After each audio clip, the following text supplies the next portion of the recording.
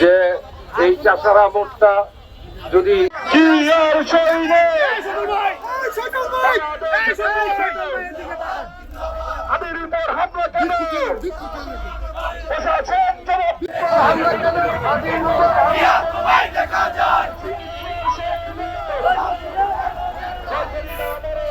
কর্মীদেরকে আজকে যারা এখান থেকে শেষ করব, দ্রুত এখান থেকে চলে যাব, যাতে নির্বিঘ্নে গাড়িগুলি চলতে পারে।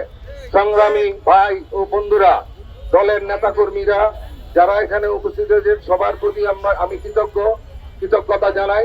কিন্তু আজকে যেই কালকে ন্যাক্কারজনক ঘটনার প্রতিবাদে আমাদের আজকের এই বিক্ষোভ সমাবেশ, আমরা এই ঘটনার নিন্দা জানাই এবং আমরা রাজপথে থাকবো ইনশাল্লাহ, নির্বাচনের বিজয়ী হওয়ার আগ পর্যন্ত ইনশাল্লাহ। কিভাবে নির্মম ভাবে তাকে এই গুলি করা হয় আমরা তীব্র নিন্দা জানাই এবং আজকে এই মিছিলের মাধ্যমে, এই বিক্ষোভ মিছিলের মাধ্যমে আমরা প্রতিবাদ জানাবো। প্রত্যেকটা দলের বাক স্বাধীনতা আছে, প্রত্যেকটা দলের মত পথ আছেন, তারপরও দিন শেষে একই সাথে বসবাস করব, এটাই গণতন্ত্রের সৌন্দর্য। কিন্তু আমরা কি দেখলাম?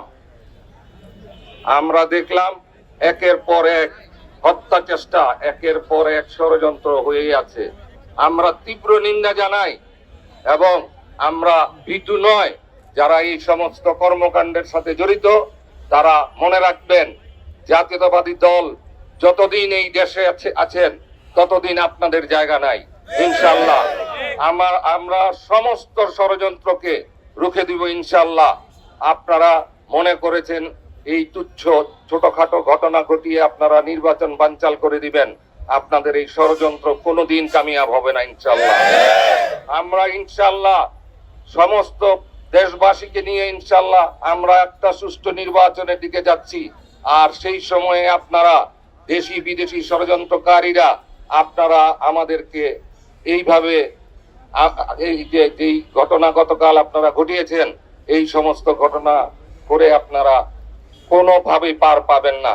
আমরা এই মঞ্চ থেকে সরকারের কাছে আবেদন জানাই, স্বরাষ্ট্র মন্ত্রণালয়ের কাছে আবেদন জানাই, আপনারা আপনাদের গোয়েন্দা সংস্থাকে আরো বেশি ইনফরমার হতে বলেন, আরো বেশি তথ্য জোগাড় করতে বলেন, আরো বেশি আইন প্রয়োগকারী যে সংস্থাগুলি আছেন সমস্ত সংস্থাগুলিকে সজাগ থাকতে বলেন এবং আমাদের আশেপাশে যারা আছেন, যারা প্রত্যেকটা পাড়া মহল্লায় এই ধরনের ষড়যন্ত্রের সাথে যদি কেউ লিপ্ত থাকে আপনারা দ্রুত আইনের সাহায্য নেন, থানাকে ইনফর্ম করেন, যে কোনো বিনিময়ে তাদের এই ষড়যন্ত্রকে রুখে দিব।